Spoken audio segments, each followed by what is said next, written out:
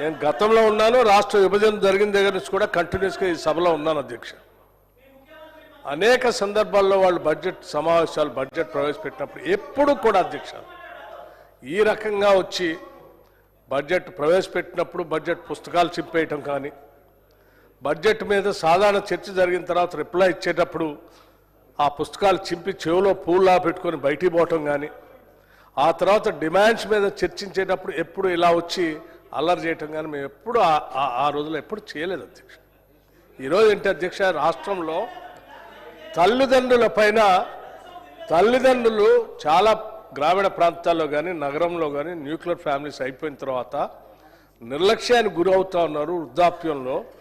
అటువంటి వాళ్ళ కోసం మానవీయ కోణంతో రాష్ట్ర ప్రభుత్వం ముఖ్యమంత్రి రేవంత్ రెడ్డి గారి నాయకత్వంలో ఒక విధానపరమైనటువంటి బిల్లును తీసుకుని వచ్చి ఆ బిల్లుని ఇక్కడ ప్రవేశపెట్టి ఆ బిల్లు మీద మాట్లాడండి అంటే చూస్తా ఉన్నాను అధ్యక్ష. నిన్నటి నుంచి గౌరవ శాసనసభ్యులు హరీష్ రావు గారు కానీ కేటీఆర్ గారు కానీ వాళ్ళందరికీ అనుభవజ్ఞులు అధ్యక్ష. సభా సాంప్రదాయాలు కానీ, పార్లమెంటరీ లాంగ్వేజ్ పైన కానీ, ప్రాక్టీస్ అండ్ ప్రొసీజర్ కానీ అధ్యక్ష పూర్తిగా తొంగల తొక్కేశారు. వీళ్ళు గాలికి వదిలేశారు. వాళ్ళ సభ అంతా రాష్ట్ర ప్రజలంతా చూస్తూ ఉన్నారు అధ్యక్ష. చూసే వాళ్ళంతా లైవ్లో వెళ్తూ ఉంది అధ్యక్ష. చూసే వాళ్ళంతా ఈ సభ గురించి ఏం మాట్లాడుకుంటారు అనేది కూడా ఆలోచన లేకుండా వాళ్ళు చప్పట్లు కొట్టడం, అల్లరి చేయటం, స్లోగన్స్ ఇవ్వటం ఏమిటి అధ్యక్ష ఇది? ఎడిపోతా ఉన్నాం మనం. మీరు ఒక అంశం అడిగారు, గౌరవ మంత్రి గారికి సంబంధించినటువంటి అంశాన్ని అసలు లేవనెత్తడమే కరెక్ట్ కాదు. పేరు నోటీస్ ఇవ్వకుండా లేవనెత్తారు. అయినా కూడా ప్రభుత్వం అంగీకరించి గౌరవ ముఖ్యమంత్రి గారు వెంటనే సిబిసిఐడి ఎంక్వైరీ చేసి ఆ ఇల్లీగల్ మైనింగ్లో జరిగినటువంటి నష్టం ఏదైనా ఈ రాష్ట్రానికి నష్టం జరిగితే ఆ నష్టం మొత్తాన్ని కూడా పూర్తిగా ఎంక్వైరీ చేసి రాష్ట్ర ప్రజలకి ఖజానాకు చేర్చే విధంగా నిర్ణయం తీసుకుంటామని చెప్తే సంతోషించాల్సింది పోయి మళ్ళీ మీరు నిర్ణయం వాకౌట్ చేస్తే మళ్ళీ తిరిగి వచ్చి వాళ్ళు మళ్ళీ హౌస్ కమిటీ కావాలని చప్పట్లు కొట్టుకుంటూ అల్లరి చేస్తూ ఉంటే ఎటుపోతా ఉన్నాం అధ్యక్ష. హౌస్ కమిటీ ఏంటి అధ్యక్ష? ఇప్పుడే శ్రీధర్ బాబు గారు చెప్పారు. గతంలో మీ హయాంలో నేను కూడా సభ్యుడిగా ఉన్నాను. హౌస్ కమిటీ వేశారు, 2-3 హౌస్ కమిటీలు. ఏం చేశారు అధ్యక్ష? హౌస్ కమిటీ వేసి ఏం చేశారు, ఏం సాధించారు నాకు తెలుసు. నేను సభ్యుడిగా ఉన్నాను. దాంట్లో మీరు సమావేశాలు పెట్టండి నేను అడిగితే కూడా మీరు సమావేశాలు పెట్టలేదు. ఆ భూములకు సంబంధించినటువంటి వాటిలో మీరు హౌస్ కమిటీ వేసి హౌస్ కమిటీ ద్వారా మీకు కావాల్సిన విధంగా మాట్లాడుకొని కావాల్సినటువంటి వాళ్ళకి రెగ్యులర్ చేసుకుంటారు. ఇంకా అందులో ఎవరైనా ఉంటే వాళ్ళని బ్లాక్మెయిల్ చేసి మీ పార్టీలో చేర్పించుకుంటారు. దానికోసం హౌస్ కమిటీ, లేకపోతే రాష్ట్ర ప్రయోజనాల కోసం. ప్రతిదీ రాష్ట్ర రాజకీయ పార్టీల ప్రయోజనాల కోసం కాదు అధ్యక్ష. ఈ సభ ఉంది ప్రజల ప్రయోజనాల కోసం ఉంది. ఇవాళ ప్రజల ప్రయోజనాలు ఎక్కడ దొరుకుతుంది అంటే ట్రాన్స్పరెంట్గా ఎక్కడైతే ఎంక్వైరీ జరుగుతుందో అక్కడ ప్రజల ప్రయోజనాలు జరుగుతాయి. అంతేకాని సభా సంఘం వేసి మాకు జరుగుతుంది లేదా హౌస్ కమిటీ వేసి జరుగుతుందంటే జరగదు అధ్యక్ష. జరిగేటట్టయితే మీరు వేసినటువంటి ఈ 3 కమిటీలు house committee on illegal sale, government lands, house committee and enquiry into work properties, house committee and irregularities and cooperative housing societies. 10 ఏళ్ళు మీరే ఉన్నారు కదా అధ్యక్ష. 10 ఏళ్లలో వేసినటువంటి హౌస్ కమిటీలకు సంబంధించి దీనికి సంబంధించిన ఫలితాలు ఏదైనా ఈ 3ట్లో ఏ ఒక్కదానిమైనా ఈ సభలో పెట్టారా అధ్యక్ష? ఇప్పటికి కూడా లేదు కదా. మరి ఏ సాధించాము? మీరు సాధించింది అలా ఒకటే. దీన్ని అడ్డం పెట్టుకొని రాజకీయ పార్టీలో వివిధ రాజకీయ పార్టీలో ఉన్నటువంటి వాళ్ళందరినీ బ్లాక్మెయిల్ చేసి మీ పార్టీలో చేర్చుకున్నారు. అదే దానికోసమా? ఇప్పుడే నిన్నటి నుంచి ముఖ్యమంత్రి గారు చెప్తా ఉన్నారు.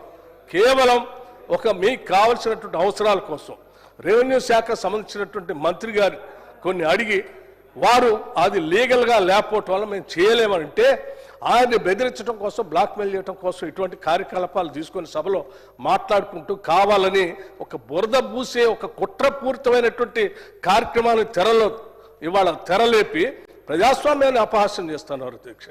ఇది కరెక్ట్ కాదు. ఈ సభ చాలా హుందాగా నడవాలి. మీ అంశాలు మీరు చెప్పాలనుకున్నది మైక్ ఇచ్చినప్పుడు చెప్పాలి. దానికి స్పందించి ప్రభుత్వం ఏం చేయాలో చేస్తుంది అధ్యక్ష. ఇవాళ ఏం చెప్తా ఉన్నారు అధ్యక్ష? ఇవాళ చాలా స్పష్టంగా మీరు అడిగిన దానిపైన ముఖ్యమంత్రి గారు సమాధానం చెప్పిన తర్వాత బీజేపీ సభ్యులు కూడా వారు కూడా లేచి వారో సలహాలు చెప్తా ఉన్నారు.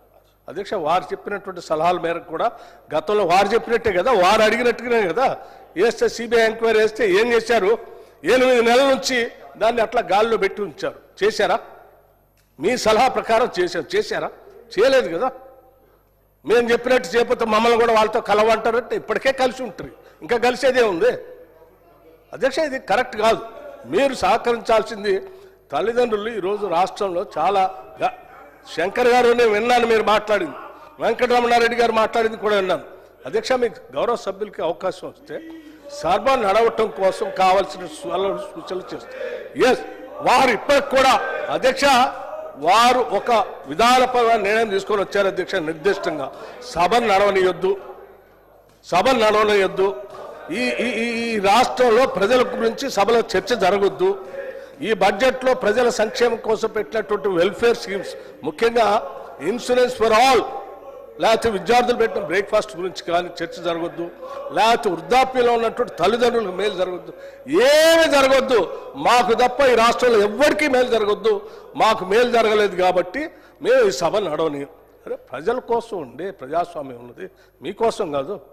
ప్రజలందరూ ఆలోచన చేసి మాకు మేలు జరగట్లేదు 10 ఏళ్ళు అని చెప్పి ఇందిరమ్మ రాజ్యం వస్తే మాకేమైనా మేలు జరుగుతుందో అని ఆశీర్వదించి ప్రభుత్వాన్ని తీసుకొచ్చేడు పెట్టారు. వాళ్ళ కోసం ఆలోచన చేసి నేను అలా చేస్తున్నాం.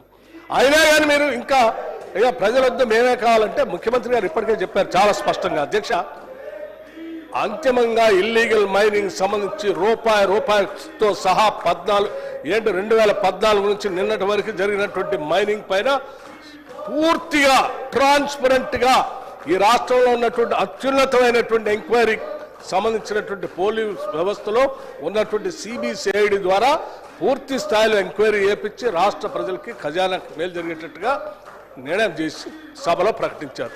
అరే అభినందించాల్సింది పోయి మళ్ళీ చప్పట్లు కొట్టుకుంటూ అల్లరి చేసుకుంటూ సభలో ఇది మాట్లాడుతూ ఉంటే వారు ఇంకోటి కూడా మీరు సభా సంఘం అడుగుతుంటే వారు చెప్పారు. అధ్యక్ష సభా సంఘం మీకు అంత కుతూహలంగా ఉంటే గతంలో రాష్ట్రంలో భూముల్ని మీరు ఏ రకంగా ధరణి అని పెట్టి ఇందాక గౌరవ సభ్యులు మాట్లాడారు, ధరణి అని పెట్టి వందలాది కాదు వేలాది ఎకరాలు అధ్యక్ష, వేలాది ఎకరాలు అలాంటి కాంగ్రెస్ ప్రభుత్వాలు పేదలకు పంచిన భూముల్ని ధరణి పేరు మీద వాళ్ళందరి ఆ ప్రొహిబిటెడ్ లిస్టులో పెట్టి పార్ట్ బిలో పెట్టి ఆ తర్వాత చాలా అనుకూలంగా వాళ్ళకి కావాల్సినటువంటి వాళ్ళ పేరు మీద ఎక్కించుకున్నాం. చాలామంది వ్యక్తులు వ్యక్తిగతంగా ఉన్నటువంటి ఆస్తులను కూడా అడ్డగోలుగా బెదిరించి రాపిచ్చేసుకున్నారు, బ్లాక్మెయిలింగ్ చేసి. దానికి సంబంధించి ఏం చెప్పారు ముఖ్యమంత్రి గారు? ఎస్ మీకు నిజంగా హౌస్ కమిటీ కావాలంటే చెప్పండి, బాలానగర్ లాంటి భూములు కానీ కోట్లాది రూపాయలు విలువ చేసేటువంటి భూములకు సంబంధించి కానీ హౌస్ కమిటీ వేస్తా అన్నారు. ఫైన్, ముఖ్యమంత్రి గారిని నేను స్వాగతిస్తా ఉన్నాను. ఏంటి మీరు చెప్పినట్టు 10 ఏళ్ళు హౌస్ కమిటీ వేసి అసలు ఎటువంటి మీటింగ్లు జరగకుండా ఎటువంటి నిర్ణయాలు జరగకుండా 10 ఏళ్ళు హౌస్ కమిటీకి సంబంధించి ఏది సభలో పెట్టకుండా ఉండేటట్టు కాకుండా గౌరవ ముఖ్యమంత్రి గారు మీరు అట్లా కాకుండా మేము వెంటనే హౌస్ కమిటీ వేస్తాం, 6 నెలల్లో పూర్తి చేస్తాం, లేకపోతే ఇంకా కావాలంటే 2-3 నెలలు అవకాశం ఇచ్చి పూర్తి స్థాయిలో చేసి చాలా ట్రాన్స్పరెంట్గా హౌస్లో పెడతా అంటున్నారు. ఎస్ ఒప్పుకోండి, హౌస్ కమిటీ మీద మీకు అంత గౌరవం ఉంటే దాని ద్వారానే మేలు జరుగుతుందంటే రైట్. నిన్న ఒకటి నిర్ణయం జరిగిపోయింది, ఆల్రెడీ జరిగిన నిర్ణయాన్ని మళ్ళీ తీయలేము. ఇప్పుడు కొత్తగా ఇంకో నిర్ణయం వస్తా ఉంది హౌస్ కమిటీ మీద సభ్యుల మీద మీకు అంత దానివల్ల మేలు జరుగుతుంది నిర్ణయం జరుగుతుందంటే రైట్. ముఖ్యమంత్రి గారు చెప్పారు ఏనండి మీరు ఒప్పుకోండి, కూర్చోండి మిగతా చర్చ ముందు పోరండి, తల్లిదండ్రుల గురించి ఆలోచించండి. నిజంగా మీకు దానిపై నమ్మకున్నా ప్రజాస్వామ్యం నమ్మకున్నా నేను మీ ద్వారా కూడా సభానాయకులను అడుగుతా ఉన్నాను, ఏంటి ప్రకటించండి. దాని ద్వారా ఈ సభకి రాష్ట్రానికి కూడా మేలు జరగాలని కోరుకుంటున్నాం. తప్పనిసరిగా ఆ దిశలోనే సభానాయకులు ఆలోచన చేస్తారని నేను కోరుకుంటున్నాను. దయచేసి ప్రతిపక్ష సభ్యులు కూడా దయచేసి ప్రజాస్వామ్యం పట్ల నమ్మకం, గౌరవం, నిబద్ధత, పవిత్రతను దృష్టిలో పెట్టుకొని దయచేసి వెల్లో ఇట్లా కూర్చొని చప్పట్లు కొట్టి స్లోగన్స్ ఇచ్చి దీన్ని 4 కూడలి అంగడలాగా మాత్రం ఈ పవిత్రమైన సభను మాత్రం చేయొద్దని చెప్పి నేను వారికి విజ్ఞప్తి చేస్తా ఉన్నాను. అధ్యక్ష ఇది పార్లమెంటరీ లాంగ్వేజ్తో మనం చక్కగా చర్చించుకుందాం, దయచేసి కూర్చోవాల్సిందిగా నేను వారికి విజ్ఞప్తి చేస్తాను. ధన్యవాదాలు.